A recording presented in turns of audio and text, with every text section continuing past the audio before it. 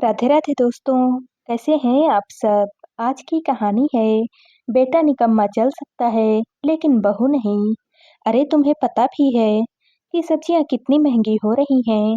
इस महंगाई के दौर में घर चलाना तो किसी जंग से लड़ने के बराबर है। भला इंसान घर चलाए तो चलाए भी कैसे। अम्मा जी सोफे पर बैठी बैठी बोली।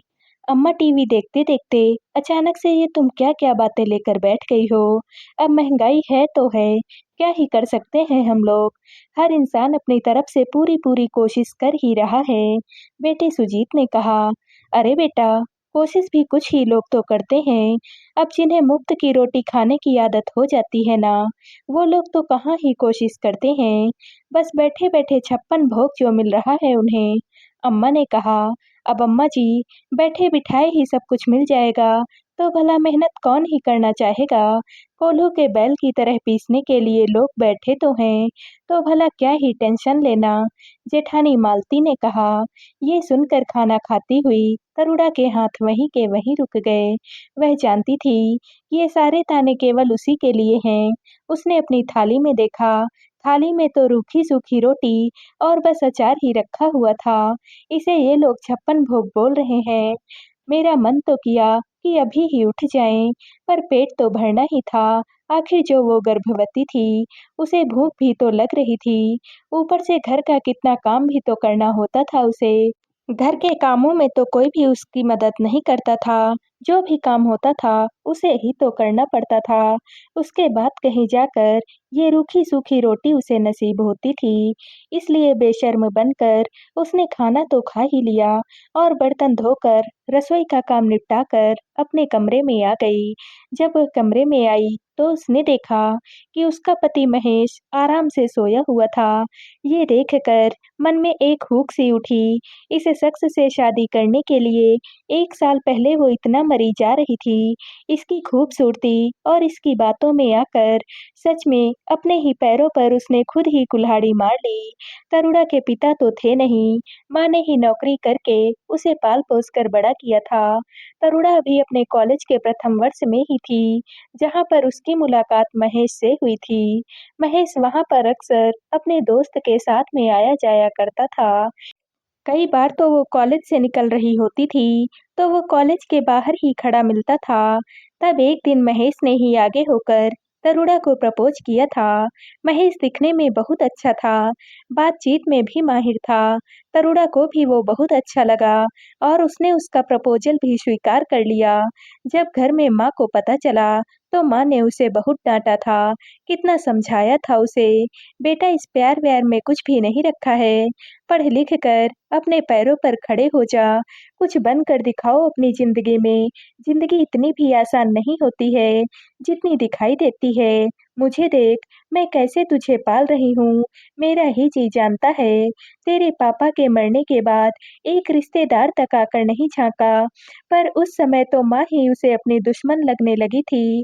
अक्सर माँ से इस बात को लेकर उसकी अनबन भी होने लगी थी। उसने कितना परेशान किया था अपनी माँ को। कई बार तो उसकी माँ छुप-छुप कर रोती रहती थी, पर वो तो इतनी बेशर्म हो चुकी थी कि उसे तो कोई भी फ़र्क ही नहीं पड़ता था।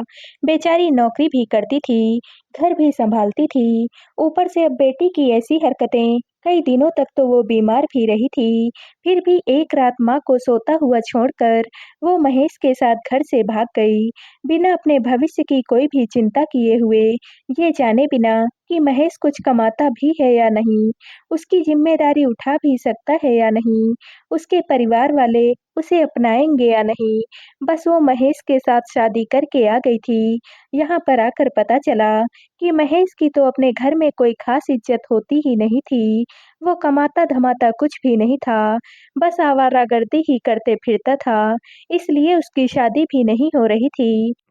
पर क्योंकि घर अम्मा के नाम पर था, इसलिए अपने बेटे के कारण उन्होंने तरुणा को अपने घर में रख लिया।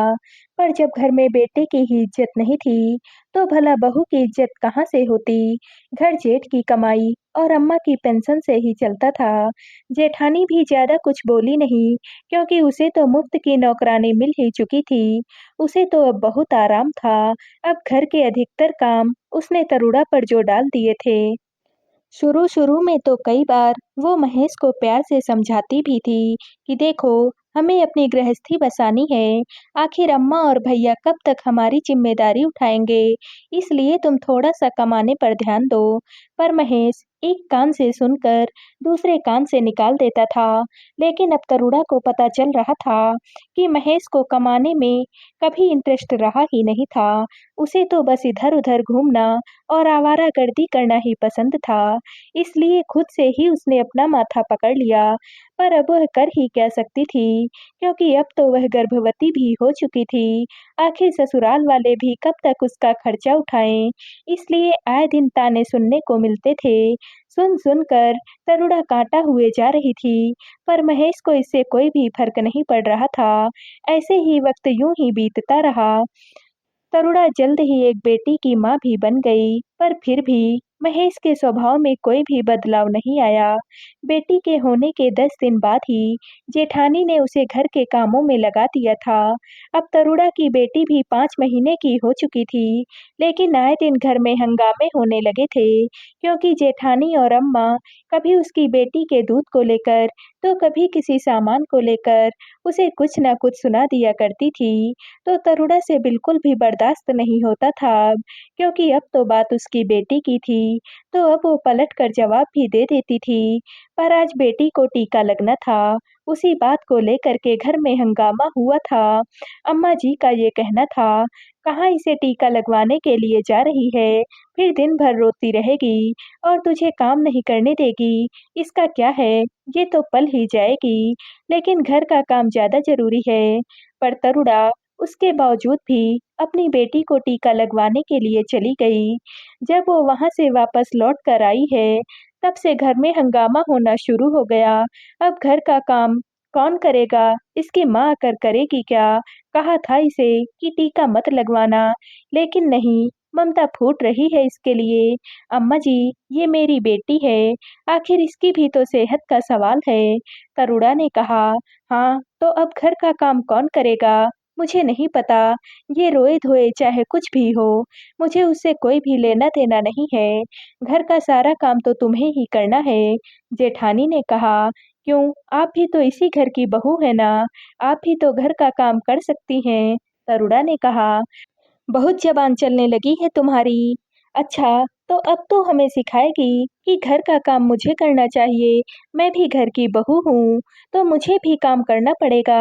अरे, कम से कम बोलने से पहले एक बार तो सोचती कि मेरा पति अकेला ही घर में खर्च करता है, तेरा पति क्यों नहीं खर्च करता है? मुफ्त की रोटी खाने की आदत पड़ गई है तुम लोगों को। तुम दोनों क्या कम थे हमारे माथे पर, जो इसे और पैदा कर लिया है। जेठानी ने कहा, बस यही बात तरुणा को चुभ गई। आखिरकार तरुणा ने बाहर निकलने का फैसला कर ही लिया। पूरी पढ़ी-लिखी तो वो थी नहीं, पर खाना बनाना बहुत अच्छे से जानती थी। इसलिए पास ही के स्कूल में मिड डे मील बनाने का काम शुरू कर दिया। घर वालों ने काफ़ी हंगामा भी खड़ा किया, तो उसने जवाब दे दिया, आप लोगों के लिए खाना बनाती हूँ, इतना काम करती हूँ, तब भी 10 बातें सुनती हूँ। वहाँ बच्चों के लिए खाना बनाऊँगी, तो कम से कम अपना पैसा तो मुझे मिलेगा। आखिर मुझे भी मेरी बेटी तो पालनी ही है। मुझे अब ताने बर्दाश्त नहीं होते हैं। निकम्मा बेटा सबको बर्दाश्त हो सकता है, लेकिन निकम्मे बेटे की पत्नी नहीं होती है। आखिर हंगामा और ज़्यादा ही बढ़ जाता, पर उसकी बात का उसके जेठ ने भी सपोर्ट कर दिया। तब कहीं जाकर घर में सब लोग शांत हुए, लेकिन महेश में अभी भी कोई भी बदलाव नहीं आया था। तो दोस्तों, आप सबको यह कहानी कैसी लगी? कमेंट करके ज़रूर बताइएगा और वीडियो को लाइक व शेयर कीजिएगा। दोस्तों, अगर आप इस चैनल पर नए हैं और अब तक आपने हमारे चैनल को सब्सक्राइब नहीं किया है, तो प्लीज़ और कहानियों से जुड़ने के लिए हमारे चैनल को सब्सक्राइब कर लीजिएगा। कल मिलते हैं एक और नई कहानी के साथ। आप सभी का बहुत-बहुत धन्यवाद।